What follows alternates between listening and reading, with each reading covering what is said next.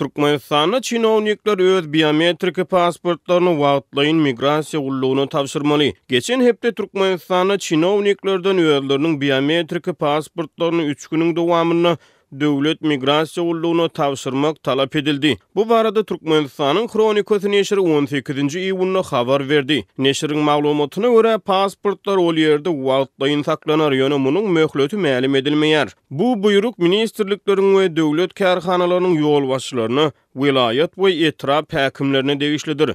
Gulluk sebäpli daşary ýurtlara syýahat edýän adamlara kadadan çykma görnüşinde biometrik pasportlaryny saklap kalmaga ruhsat berilýär. Tasdik bolmadyk maglumatlara görä bu talap olaryň ýany ýoldaşlaryna da degişlidir diýip neşir ýazýar.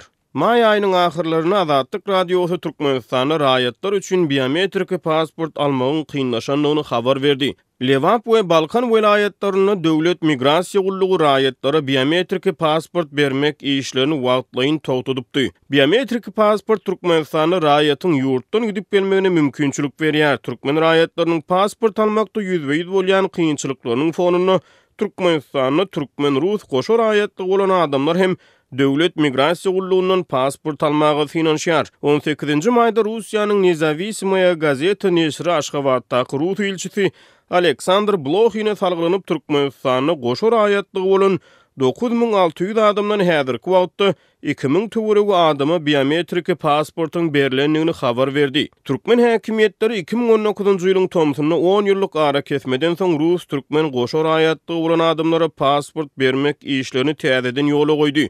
Ýöne Azatlyk Radiosynyň habarçylary şu ýylyň fevral aýynda Türkmenistanyň häkimetleriň goşa raýatlygy bolan adamlara biometrik pasport bermekden ýene ýüze urýanlyklaryny habar beripdi. Ýa-da türkmen rus goşa raýatlygy bolan adamlara 2019-njy ýylda täzeden pasport berilip başlanmagy Russiýa bilen Türkmenistanyň arasyna täze gazylalaşygyna gol çekilen wagtlaryna gabat gelipdi. Türkmenistanyň 2008-nji ýylda kabul eden konstitusiýasyna goşa raýatlyk göz öňünde tutulmaýar. Azatlyk Radiosy türkmen emeldarlaryndan olaryň biometrik pasportlarynyň wagtlaýyn ýygnalmagy babatyny edilýän talaplar boýunça Türkmenistanyň döwlet migrasiýa gullugyndan kommentariýa alyp bilmedi. Türkmen kanunçylygyna görä raýatyň daşary ýurtlara sapar etmegine hukuk berýän hemde onuň şahsiýetine güwä geçýän 3 türlü resminama bolup bular adat raýatlar üçin Türkmenistanyň raýatynyň Türkmenistandan gitmek we Türkmenistana gelmek üçin pasporty ýagny biometrik pasport, ýokary döwlet wezipelerine adamlar hemde döwlet gullukçylar üçin raýatyň diplomatik pasporty hemde gulluk pasportudyr.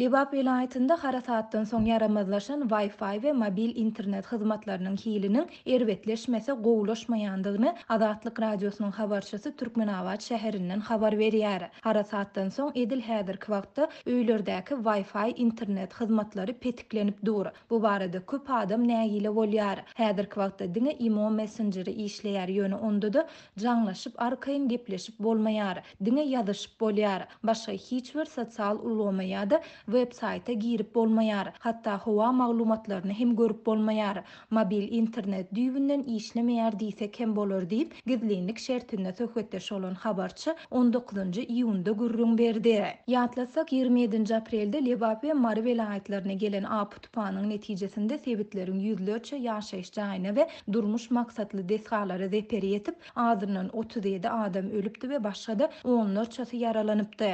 Şeýle-de şondan soň vilayetde öňden hem öwürlükli bolmadyk internet hyzmatlarynyň hili hassa yaramazlaşypdy. Türkmenistanyň ilatyna internet hyzmatlary döwlet eýetçiligindäki kärhanalar tarapyndan hödürlenýär. Ýurdun Günnor vilayetinde bu hyzmaty Türkmen Telekom kompaniýasy ýerine ýetirip, edaranyň resmileri Wi-Fi hyzmatlarynyň hiliniň yaramazlygy baradaky şikayatlary Aşgabat tarapyndan petiklendi diýen jogaby bermek bilen çäklenýärler. Edaranyň käbir işgärleri bolsa, munyň sebäplerini texniki näsadlyklar diýip düşündirýärler. Üstesine de operatorlar siz öz Wi-Fi hyzmatlaryňyzdan nägile bolsaňyz bize arda ýazyň, biz siziň Wi-Fi'ňyzy 3 ay töweregi öçürip goýarys diýip ýüzlerini çytyp gödük jogap berýärler diýip habarçy gürrüň berdi. Azatlygyň habarçysy bilen söhbetdeş bolan türkmenawatlaryň ençemesi Wi-Fi bökdönçliginiň sebäplerini türkmen häkimetleriniň harasatyň netijeleri baradaky maglumatlaryň ýaýramagyny öňüne almak tagallalarynyň bir bölegi diýip düşündirýärler. biz hemmämiz bilýäris harasatyň ýygyny dolu oňaryp diýmasalar Lewapda Wi-Fi beklenip durur diýip Lewaply ýaşaýjylaryň biri anonimlik şertinde habarçymyza gurrun berdi. Şol bir wagtda Lewaplylaryň ençemesi Türkmen Telekomyň başlyklaryna ýa-da internet hünärmenlerine öýlere çekilýän Wi-Fi hyzmatlarynyň aýlyk töleginden başga-da her ay 250 manat berseň, onda onuň dolu güýjünde işler ýaly edilýändigini aýdýarlar. Wi-Fi hyzmatynyň aýlyk tölegi 200 manat. Onuň üstüne ýene 250 manat para berip gaýdanyňdan soň, öýüňe geleniňden soň Wi-Fi hyzmatynyň dolu düzgünne işläp duranyny görýärsiň. Üstesine de eger $100 para berseň, Türkmen Telekomyň işgärleri Wi-Fi nowasyz gurnap berýärler diýip Lewaply ýaşaýjy aýtdy. Adatlyk radiosynyň bu barada Türkmen Telekom edarasyndan kommentari almak synanşyklary häzirlikçe başa barmady. Türkmenistanda aprel aýynyň ahirinde Lewap we Mar vilayatlarynda bolan apy tupanyň ýa-da onuň ilaty ýetiren ziýany barada internetde videolar peýda bolup başlanandan soň Lewapda internet hyzmaty kesildi we Türkmenabad bilen aratnaşyga geçmek kynlaşdy.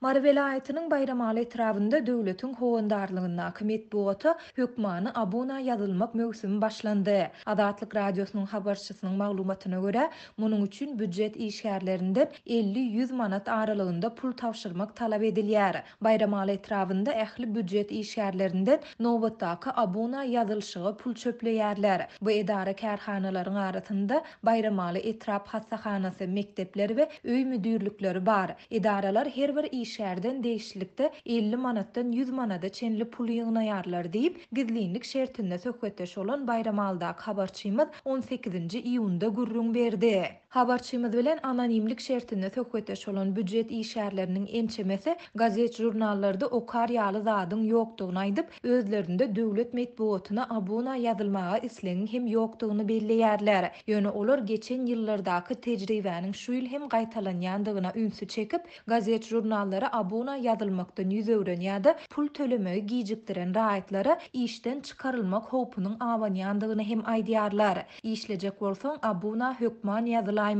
Sebäbi göwnüňize yaramasa arzanyňyzy ýazyp işden çykyp bilýärsiňiz diýip aýdylýar. Abuna ýazylmak islemeýänlere döwletiň guramaçlykly işlerine gatnaşjak däldi we garşydygy barada düşündürüş ýazdyrýarlar. İşgärler düşündürüş ýazmajak bolup pul ýygnamak işleriniň ählisinde pul bermeli bolýarlar. Sebäbi bu düşündürüşi ýazsaň, şonun bir salym geçip geçmänke işden çykarýarlar diýip büdjet işgärleriniň biri gizlinlik şertinde habarçymyza gurrun berdi. Onuň sözüne görä edara kärhanalaryň ýolbaşçylary her aý diýen ýaly bir zada pul ýygnaýarlar. Üstesine de olar bu pul serişdesini işgärleriň aglabasy entek bank kartlarynaky zähmet haklaryny nagtlaşdyryp ýetişmänke talap edýärler. İşgärlerden paýta ýygmyna merkezden barla gelen wagty ýogorlara, ýörüte egin eşiklere we şuňa meňdeş zatlara pul ýygnalýar. Abuna ýazylşykdan öňürtüde gözegçilik üçin her adam 10 manat pul bermeli boldy diýip büdjet işgäri aýtdy. Türkmenistanyň edara kärhanalarynda döwlet medeniýetine abuna ýazylşyk ýylda 2 edek guramaçlykly häsiýetde amala aşyrylýar. Bu çäre her bir edarada ýylyň dürli wagtynda amal edilip, onuň çäginde büdjet işgärleri mejburi ýagdaýda gazet jurnallara abuna ýazylmaly edilýär.